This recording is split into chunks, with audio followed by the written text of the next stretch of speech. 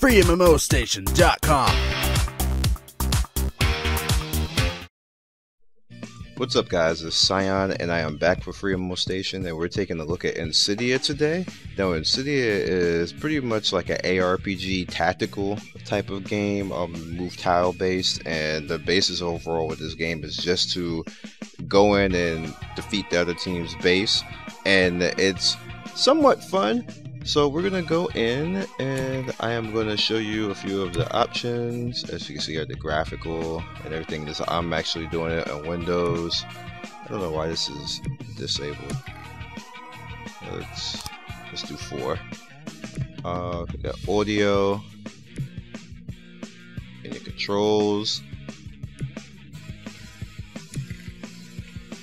tutorial stuff, pretty much like the legends pretty much tell you what everything is, and so you don't get lost.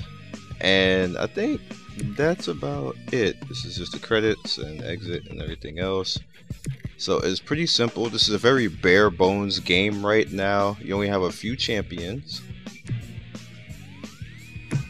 So right here we got Angor, which is a fighter. He's pretty good DPS, melee character. You have Vagrant, which is a tank. You have the Infestus, which is pretty much, he's like an AoE damage type of player. Sucks because his AoE damage can one-shot, so I don't know. Naima, which is assassin, pretty good character, one of the better ones in the game. See, there's a lot of slots here, but there's not too many characters. Arceus, which is pretty much the healer. And the Spirit Blade Assassin, which he has a flute too, and it's kind of weird. Alright. And the way it works is you bring them in, and you have to pick for each individual. So you would go here, and then you have to go 3, and here, and then 4. Alright, so it's probably going to take me a little while. It usually takes like maybe 5 minutes to get in the game because it's still a limited amount of people who are playing. But once you get into gameplay, I'll explain what's going on. Alright guys, the very first thing that you're going to see when you come in is you have the board placement. So it has the hexagonal block type of feel to it when you come in on the map.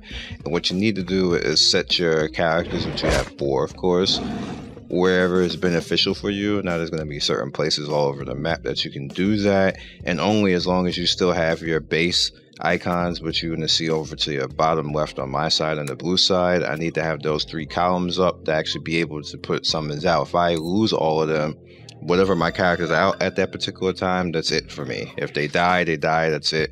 And then the enemy can just come in and wipe you out. It's a way to try to keep the game from lasting too long, but in the beginning it's kind of based off of what you do. So when you put your opening character out, you should probably put your tank out there. You don't have to, but you should probably put your tank out there to absorb a little bit of damage and then bring in another DPS behind it. And the core aligned thing that you need to do is go to the opposite side, and the little platforms are on the bottom right there. As soon as you get to them and kill enemies, what happens is that the opposite side base will shoot out items that will actually attack the base, and then you get to the point where you want to have the 3 individual columns that I've mentioned before destroyed. Now over the course of the game, it basically is on your, and it's in your best interest to actually be able to DPS, defend your side of the base, and keep the other side from doing whatever the hell they want to do. Now there's various characters, like I said, you have the tank character, you have the assassin character, some characters are DPS, and on top of that they CC. Like the last assassin character, he pretty much CCs, and he can actually play a flute and, you know, pretty much lull the character to sleep and then stun them. On top of that, the tank can actually pull a character in. The pretty, I guess, like werewolf slash alien type guy, he can rampage, and what rampage basically does is knock the enemy back and then cause damage to them overall. And the game is very bare bones, like I was telling you guys before. There is a lot that's probably still not into the game. There's not a really high population with it right now, so the games are pretty few and far between. You can probably get a game in, you can probably get maybe like 4 or 5 games in per hour. they don't usually last too long unless it's a person who's stalling, who has like his tank and then just hanging in the back and playing defense, which is a little bit frustrating. But overall, it keeps you abreast of what's going on. And yeah, so I really don't have much else to say about that other than what you've already seen right here.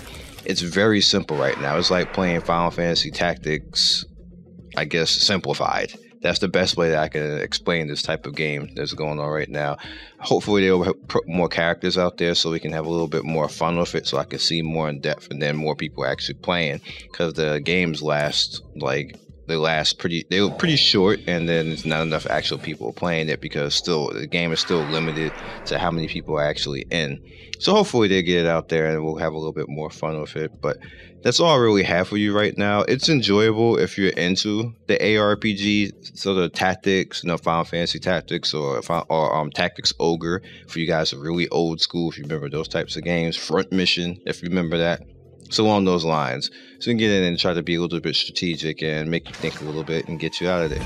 So that's it for me, from Scion Storm, and thanks for watching FreeMMOStation, and thanks for watching me. Hopefully you guys like it. You can check it out.